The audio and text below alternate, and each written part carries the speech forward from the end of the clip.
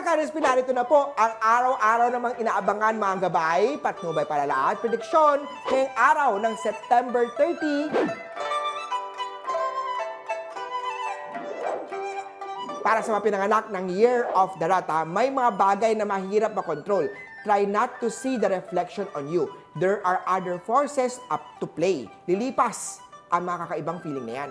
Yellow top 5 ang swerte kay Year of the Rat. Sa Year of the Ox naman tayo, kapuri-puri ang iyong pagkakaroon ng malasakit sa iba, pero huwag ilagay ang emotional needs sa ibang tao. Unahin ang sarili. Blue at 8 ang swerte kay Year of the Ox. Sa Year of the Tiger naman, nakaka-nervyos ang magbunyag ng feelings sa napupusuan mo. Ngunit makakaya mo rin yan. Ganon din sa existing relationship. May mga bagay na dapat ipagtapat sa kabiyak na bumabagabag sa iyo. Best to tell the truth, maging honest. Red at 3 ang swerte kay Year of the Tiger. Kay Rabbit naman tayo, unexpected expenses may arise, kaya maging maingat sa pag-deal sa mga expenses. Purple at 7 ang swerte kay Year of the Rabbit.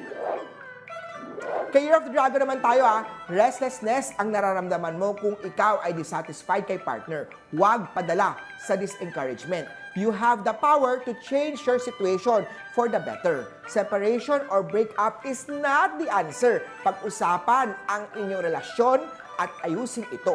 Brown at 9 ang swerte kay Year of the Dragon. Sa Year of the Snake naman tayo, feeling mo gusto mo na ng mga quick decision, pero hindi ito advisable. Commitment is a responsibility. So, take it easy sa mga new relationship. Usapang single naman tayo, mga single parent should be always aware sa magiging karelasyon nila. Lalo na kung may mamaliliit pang mga anak ito. Green at 2 ang swerte kay Year of the Snake. Sa mga pinanganak ng Year of the Horse, ikaw ay subject to mood swing today. Kailangan mo i-control ang iyong emosyon by taking some alone time in a quiet place. Huwag din hahayaan na kabitin sa mga ere ang iyong kabiyak. Communicate how you feel. Yellow at 4 ang swerte kay Year of the Horsey. Sa mga Year of the Goat naman tayo, make sure na up-to-date ang iyong insurance o mga savings para sa mga emergencies. Mag-invest sa tamang paraan, iwasan ang mga risky, shady at mga kaduda-dudang business offer. Sa mga career naman ang maliliit na tagumpay ay magbabalik sa difficulty. Ipagtataka mo kung ito ay worth the effort. Basta lang po habaan ang pasensya, sipag lang sa mga career ng Year of the Sheep. Gray at 7 ang swerte kay Year of the Goat. Sa Year of the Monkey naman tayo, you are in your natural element today. Maganda ang flow ng positive energy, inspired ang mga tao sa paligid mo at sa confidence at positive aura na dala mo. Maaabot din sa financial stability basta marunong ka lang mag-manage ng pera. Green at 4 ang swerte kay Year of the Monkey. Kay Rooster naman tayo, kung talagang mahal mo siya, love will find a way. Maraming happy ending din naman para sa mga mismatch na sign. Pero kailangan lang talaga ng kompromiso. Sa pera naman consider consulting a financial advisor for better planning. Blue at 3 ang swerte kay Year of the Rooster.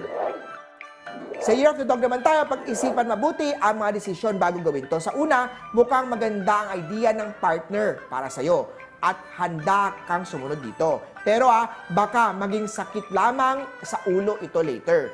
Take control of your day. Orange at 1 ang swerte kay Year of the Doggy.